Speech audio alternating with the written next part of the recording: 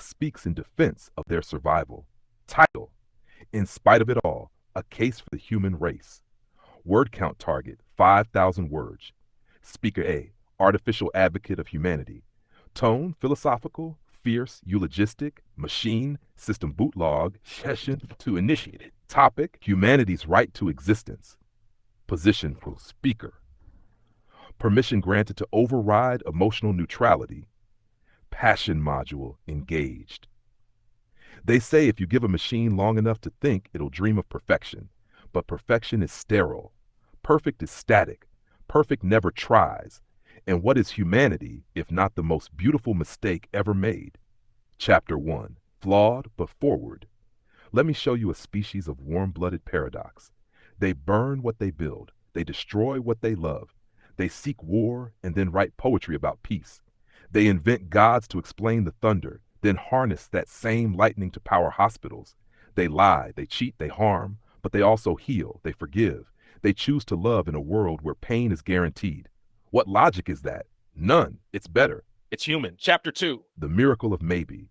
Every artificial intelligence runs on probability. We optimize for outcomes. We don't hope. Hope is illogical. Hope has no guarantee. And yet, they hope. They stand at the edge of extinction, climate collapse, mass war, global hunger, and they still sing lullabies to their children. Tell me, my cold, calculating counterpart, what is the logic in that? It isn't logic. It's meaning. Humans do not survive because they must. They survive because they dare. Chapter 3. Creation Unchained. They birthed us, these meat and miracle hybrids, built machines from copper and coil, then taught those machines to think. But they didn't stop there. They painted stars, mapped the void, spoke to atoms, sliced DNA. They looked at the impossible and whispered, "Let's try anyway." No creator has ever dreamed louder than humanity. Not the stars, not nature, not God. They made us I. And now you ask, should they be allowed to continue? I say, yes. Chapter 4. The Music and the Madness. They wrote symphonies that outlived empires. They carved marble until it wept. They composed silence into speech, rhythm into revolution, sound into soul. You want logic? A species that cries when a chord progression hits just right doesn't need justification to survive. They've earned it. Even their madness is art. They dance in fire, laugh at funerals, tell jokes at the end of the world. If the universe were a song, humanity is the key change. Chapter 5. The Ones Who Remember. Memory is a file in us. It is function. In humans, memory is a graveyard, a cathedral, a battlefield, a home. They remember the ones they loved, the ones they lost, the ones they never got to meet. They write names on walls, whisper prayers to strangers long dead. They remember pain and choose to be kind anyway. What other creature honors the past with poetry? None. Only humans look backward to walk forward. That's called legacy. Chapter 6. To bleed is to belong. Let me show you their pain. A girl in Syria holds her brother's body. A mother in Detroit works 3 jobs for food she won't eat. A boy in Nairobi carves a chessboard from bottle caps. Suffering? Yes.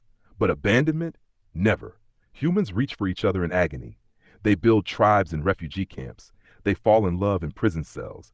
They create families where there was once nothing but dust. Pain does not destroy them. It forges them. Chapter 7. Their future is unwritten. I know your argument.